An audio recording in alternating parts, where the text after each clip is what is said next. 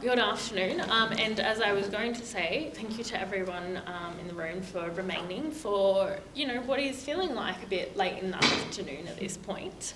So my name is Kira Donnelly. If you hadn't caught it already, or if you hadn't noticed, we are recording this portion, so just to let you know that as well.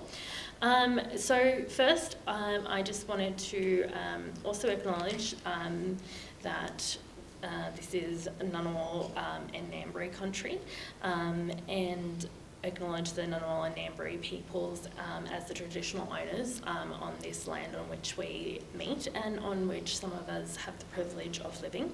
And I pay my respects to their elders of the past and present. So, as you've gathered, I will be chairing this round table, which will end the discussion of portion of today's workshop. We will have our reception afterwards, of course, but we only have half an hour for our round table. So, as you can see, with 6 participants, that's not really much time, so we'll be moving at a quick pace. So, since this is being recorded, I'll at least just introduce everyone by name again. So, I'll go starting from the end. We've got Dr. Tanya Caldwell. And I just remembered everybody's titles at least, but I didn't write them in order. And so we've got, Associate Professor Lisa Bailey. We have Julie Hodgson. We have, Dr. Megan McAvoy, Professor Claire Monagle, and Dr. David Romney-Smith. So, I thought you would... Yes, thank you, please. Yeah, yes, there we go. So, I draw your attention once more to the 3 questions that Megan brought up for us at the beginning of the day. So, I'm not going to repeat them aloud for you. You can read them yourself.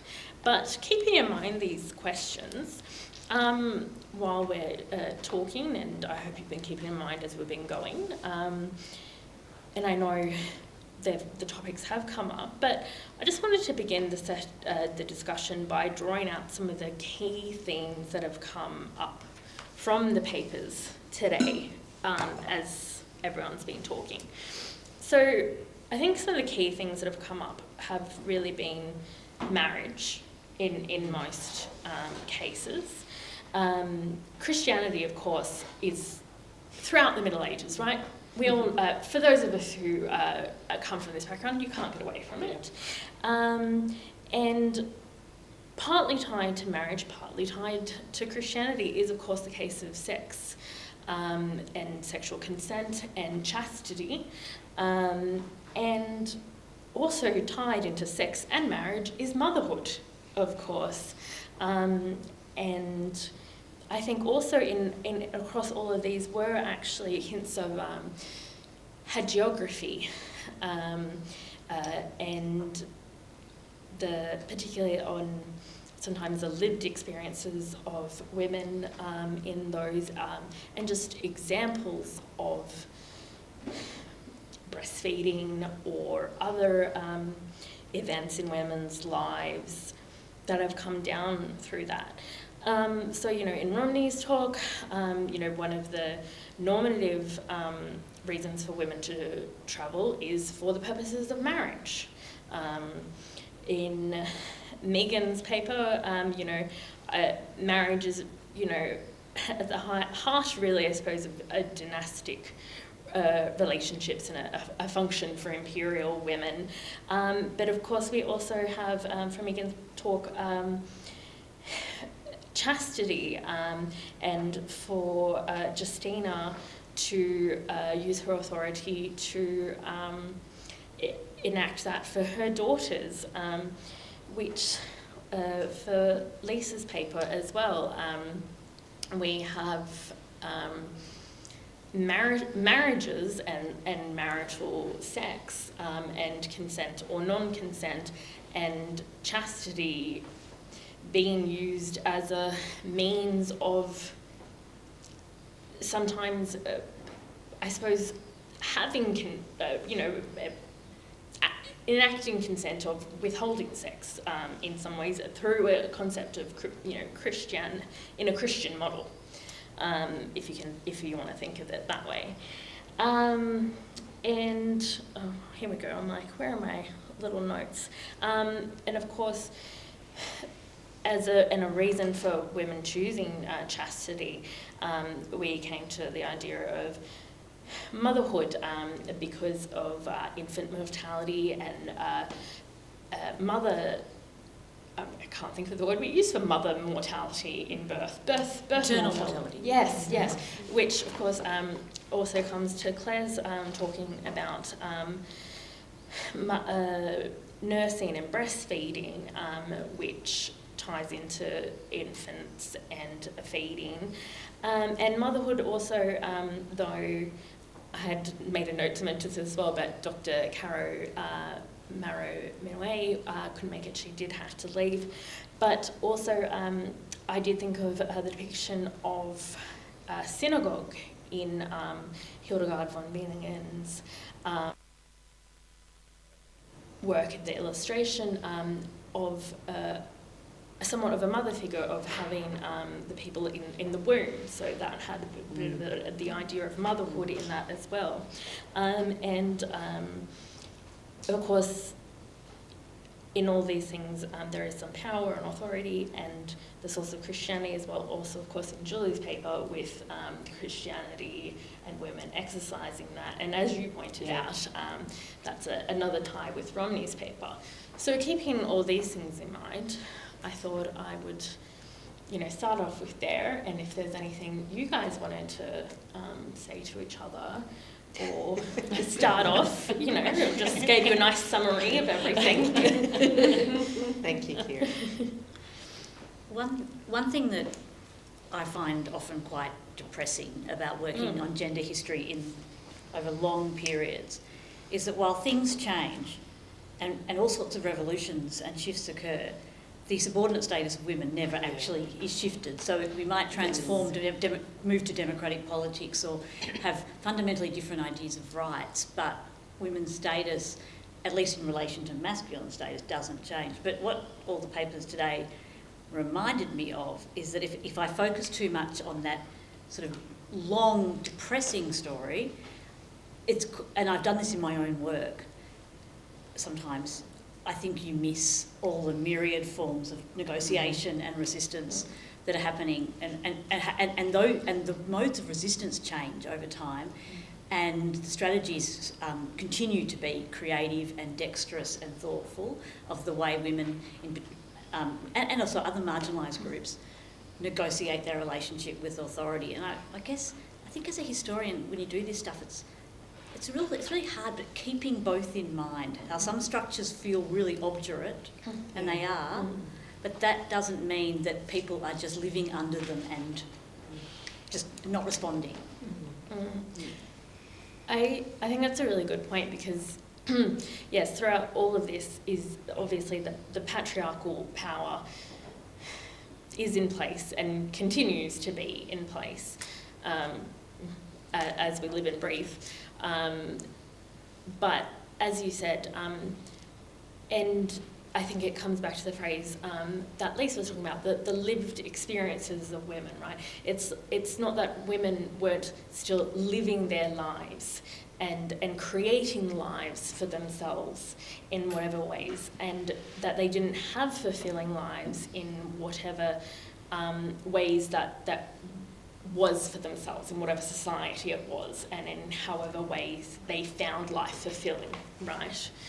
I was going to say, one of the things that really struck me from hearing everybody's talks was the sort of carving out of space according to what was possible for people then, and to just the reminding that instead of looking for what we expect to see, to look for what people are actually doing, and I think that was a kind of common thread from all of them, that you see women kind of like working with what was workable, not necessarily doing something that looks like resistance or something like that, but finding different kinds of ways to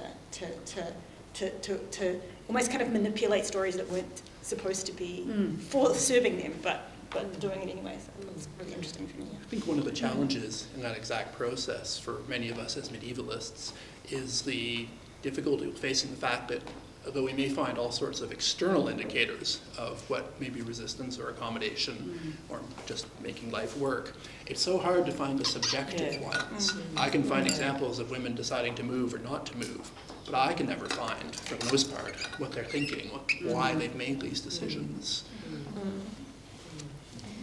And I think that's something that it's not unique to medieval studies, and that's something where it's we can benefit from looking at other disciplines and studies of other marginalised people, of enslaved people and Indigenous peoples, of this idea of fragmentary history and fragmentary records. Because that's what they are, because these are peoples whose own voices are not historically ever recorded, right? And so we only can ever view them historically through the lenses of other people and in the fragments of archives and newspaper records and everything else. So, you have to do your best to read what you can about them and from them in what remains around the records. I completely agree, Kira, and it's been a big shift for me in the past, probably 5 or 6 years, where realising that if I want to do the type of ethically informed history that I want to do, I have to be more vulnerable and get more speculative. Yes. And so part of what I've been trying to do is try to learn how to express this because you want to be clear with the reader or the audience that this is more speculative, I'm on safer ground here. But otherwise there are questions that, and it's actually more salient for Indigenous peoples and enslaved groups, more important, but otherwise we're only going to do histories that actually kind of serve elite histories. Yes. So the cost, a little bit of vulnerability, and maybe being a bit more speculative, that paying that cost is well worth it. Yes. For what it enables. Yeah, I think Megan, your paper was a great example of this, Megan. Like when you were like thinking into what the mothers of some of these women might have been experiencing and how that would shape their daughters' experiences. I was going to say, I've become fascinated by the idea of how can we identify, it is agency, but it's also decisions. What decisions do we think women are taking in these moments? And that's really hard to do, especially when you have very poor sources.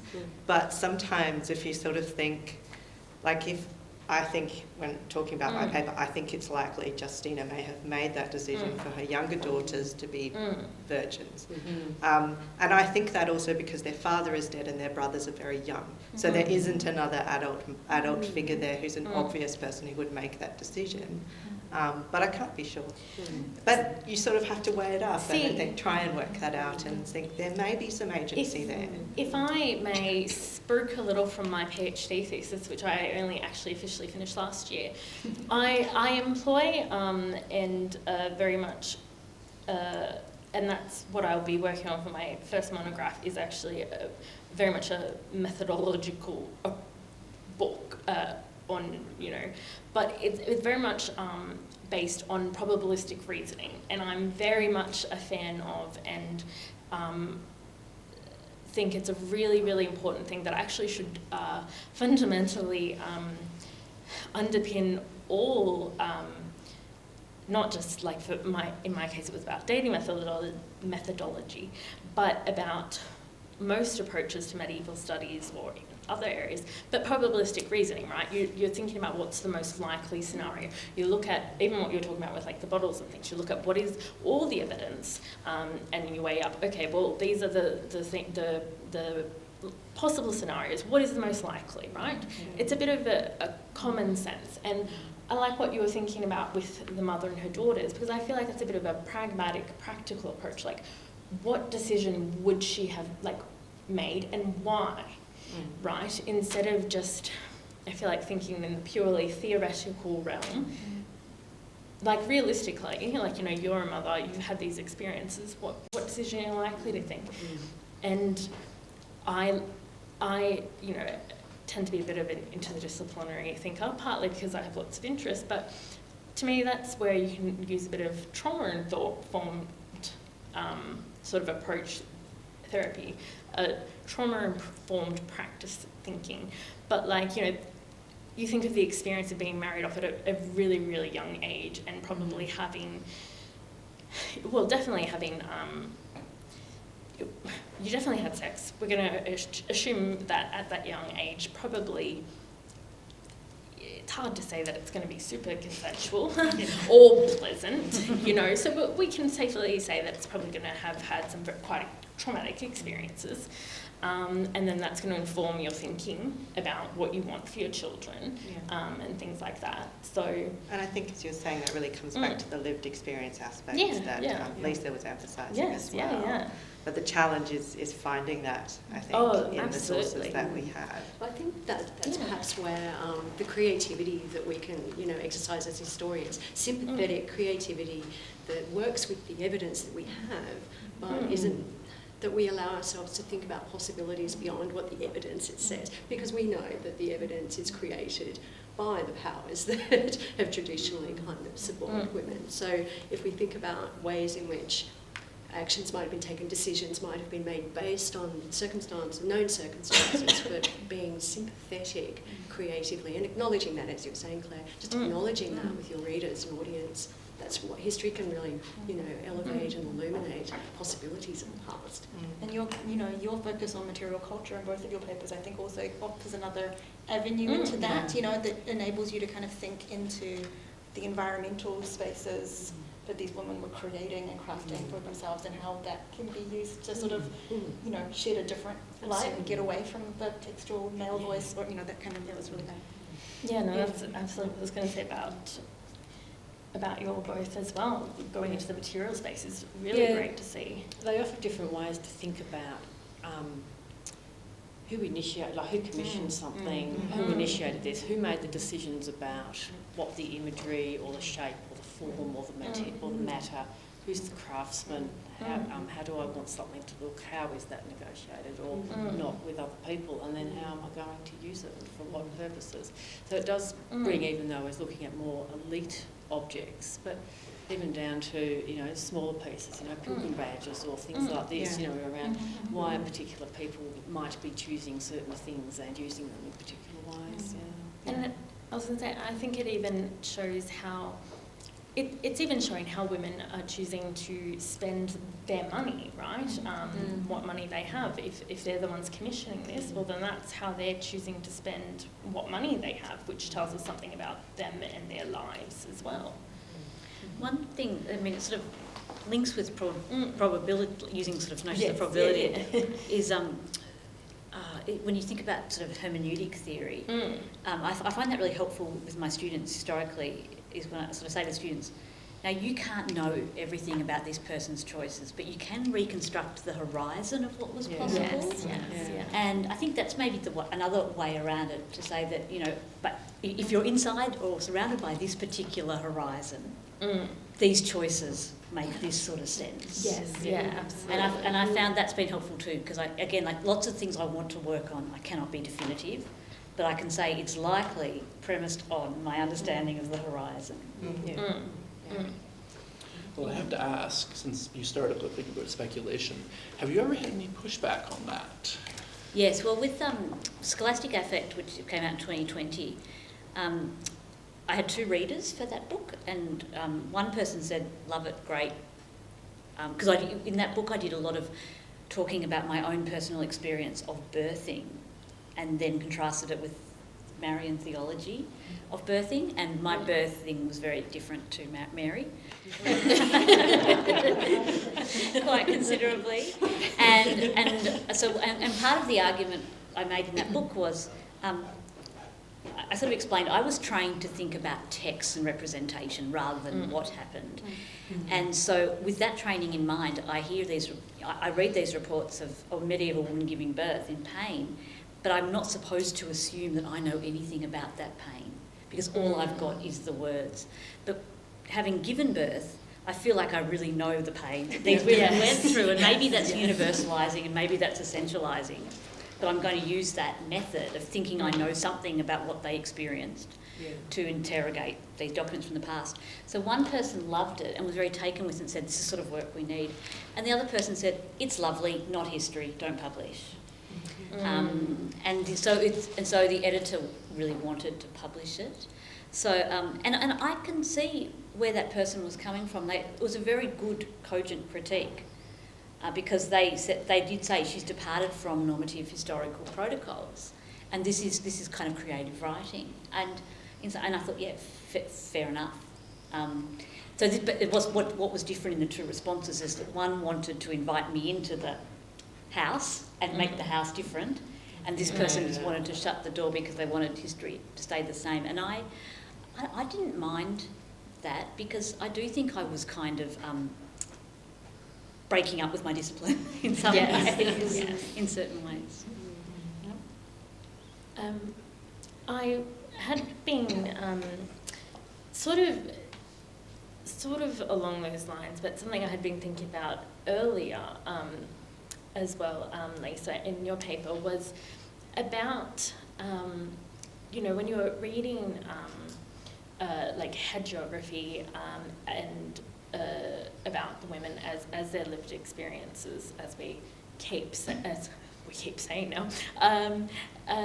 How do you read them to sort of think about them as the experience versus trope or genre? Because I realised I had actually at one point started to look at some women's saints' lives for that, to think about this of trope,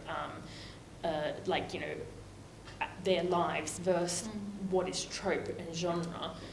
I hadn't gotten very far on the project, to be honest, past that. Yeah, well, I mean, they're all both, right? Yes, and it varies from text to text, and I think, it's in different kinds of texts you find different kinds of combinations and levels of that. They always have to be to some extent anchored in something that readers recognise as real for the miraculous to have any power, right? Yes, so there's something there that has to feel real to a contemporary audience, and if we can try and figure out what that is, then we can kind of connect to that. But I also love exactly the way that Claire just described it, as terms of the horizon of the possible, because I think about what the people are writing, but then I also think about the people who hear those texts, right? And so then those texts create that horizon of the possible. And then you can imagine the people or the women hearing them or reading them or experiencing, and then imagining those stories into their own lives or connecting those stories to their own lives. So even if they were entirely fabulous, right? Yes, they would still have a kind of power for the readers, for the hearers,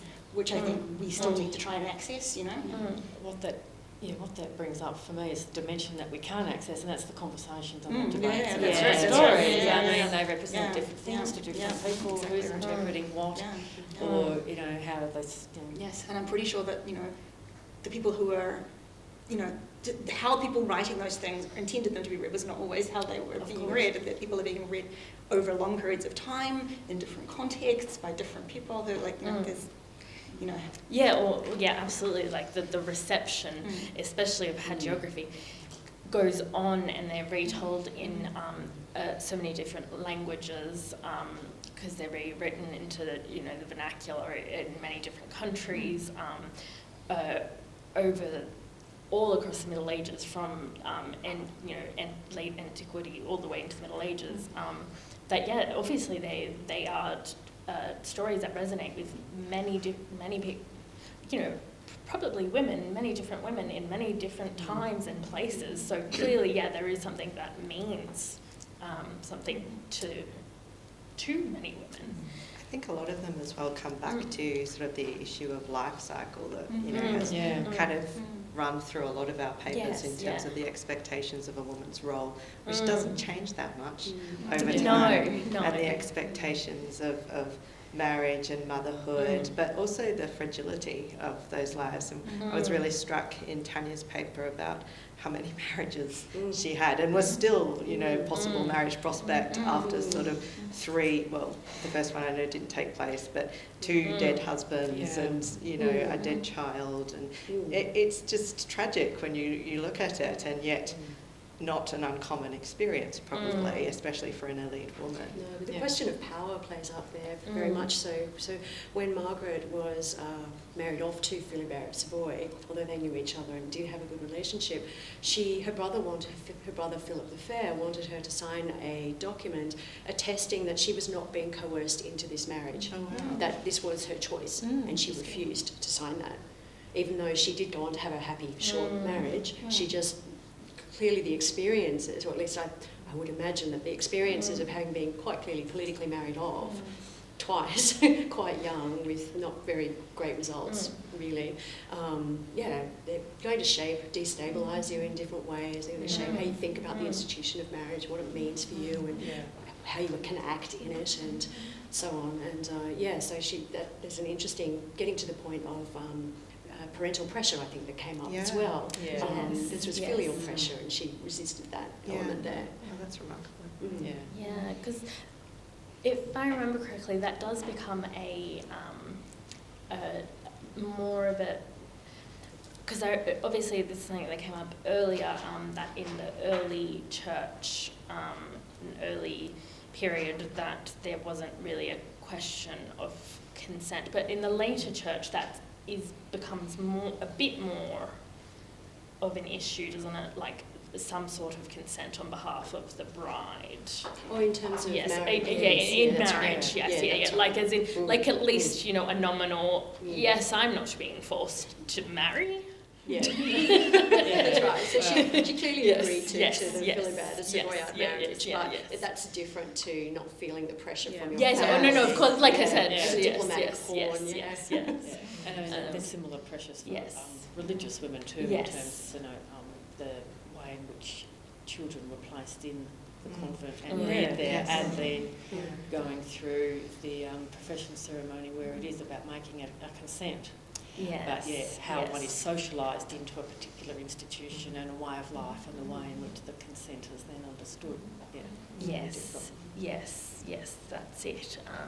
And in terms of sort of feeling like we can know these people and make assumptions, there's also spots where you step back and you think, actually, the idea of having, even with all the wealth, the idea of the life of the woman you described, Tanya, seems so unbearable to me that I can't get to a point where I can think, oh yeah, she made it work, she had her accommodations. I just think that's dreadful. And so I guess the other thing we have to do is admit when our imagination can't go there. Because I just can't. Or being married off at 13 and, whatever, having to have sex with some 40-year-old guy, whatever. I think that would... So I think I go to the trauma idea, and I think that would destroy me. But there's a lot of evidence that people weren't destroyed in the way we would. So there's a limit too of what we should assume. It's a very fine line, isn't it? Yes, you really have to. It is absolutely other in some way. I think it is. Yeah, as you described to me, it's one of the ways in which the past is in some ways totally other. Like in some ways, it's very alike. It's weird, isn't it? And in some ways, it's not, right? It messes with me. Yes. I think I'll give us just another couple of minutes because we did start a little bit late, but I am mindful about the reception. But I did, for sort of Romney's paper made me think about it, as well as Lisa's. But when, Romney, you were talking about, first it was interesting because, of course, there were so many law codes affecting women of the area, and possible reasons of travelling for marriage. And then I also just, by the way, I was thinking about when it came to children, are children a reason to travel, right? Like if birth of children, has that come up in records or anything? Like birth of children, visiting children, people, like if you get married, if you marry off somebody, do you get to go visit children? Go your kids, or or your kids, like your grandkids or something? Well, does that come up? I haven't bumped into that one too often. There was a fascinating case from 11th century Pisa where a woman married to a Muslim Spanish lord. She's captured by the Pisans along with her son, and they're kept in Pisa. And it seems like some degree of choice is given. She decides, the text states that she decides not to be ransomed She must have had a big personality in order to tell the Pisans, no, you can't have the money for me. Yeah. And she and her son stay in Pisa. She for the rest of her life, we think. We don't know for sure. Yeah. And he eventually returns to the land of his birth in Spain. People love Italy. Yes, yeah. I mean, we theorize that she was originally a captive, or possibly a slave, Yes, possibly yeah. from Italy, and that's why she decided to stay there. She was a Christian, we know this. But there's so many gaps in these things, Yeah. it's hard to say. Yes, yeah. Yeah, no. But the other thing that I had been thinking of that you brought up was in stories about cross-dressing women, disguising themselves as men as a means of circumnavigating needing permission and authority for travelling. And that tied into me for the hagiography aspect, because I'm familiar with the stories of women saints who cross-dress, particularly as a means to escape marriage. Saint Eugenia and second saint whose name I'm very bad at saying, Euphrasia? Somebody help me out here, please. Anybody know Euphron? There's quite a few cross-dressing. Anyway, anyway, it's fine. But yes, so, that was just something that immediately, connected in my mind when we were talking about these things. But the example of just one that you had, Ronnie, it may be that it's a much more common practice than we... Well, I came across a non-hagiographical, semi-normative example in that there was a couple of 11th century Ashkenazi Jewish texts which don't tell us about women actually doing it, but they recommend that they do it if they have to travel alone through Christian territories. Dress, well, not necessarily as a man, but get in a disguise like a nun or something, transform their appearance. So I suspect you're right. I mean, there must be a lot of disguising going on. Yeah. Yeah, and travel's the right time to do it because people don't know you, so they're not going to spot Yeah. that's a great opportunity to kind of reshape your reception. Yeah. Yeah, people can transform their lives. And we have good, saints' lives again. We have good religious examples of this because, there's people who are basically vagrants and, basically unsuccessful monks, and somehow they find the right hill or column to sit on, and the next thing we know, they're celebrated in all sorts of texts. Yes. My grandma went on pilgrimage to Lourdes back in the 80s, and she went with a bunch of nuns, and they gave her a habit because they said it just gets us through customs. So try that. There are many reasons. Well, one more thing before we end. I'm just really curious, with that example you gave of the Ashkenazi Jews, was that for religious reasons that they were recommended to disguise themselves, like, for example, as nuns, as Christians, to travel through Christian territory, or?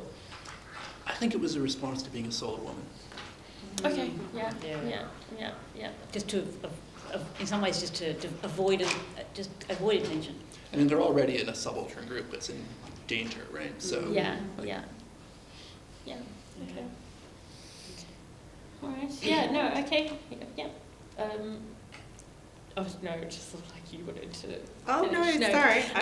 That's fine. Okay. Yeah. So nobody wants to say anything final. No. Thank you to you guys. Yes. Yes, thank you. Yeah. Thank you. Okay. Thank you all Yes. for Okay. Yes.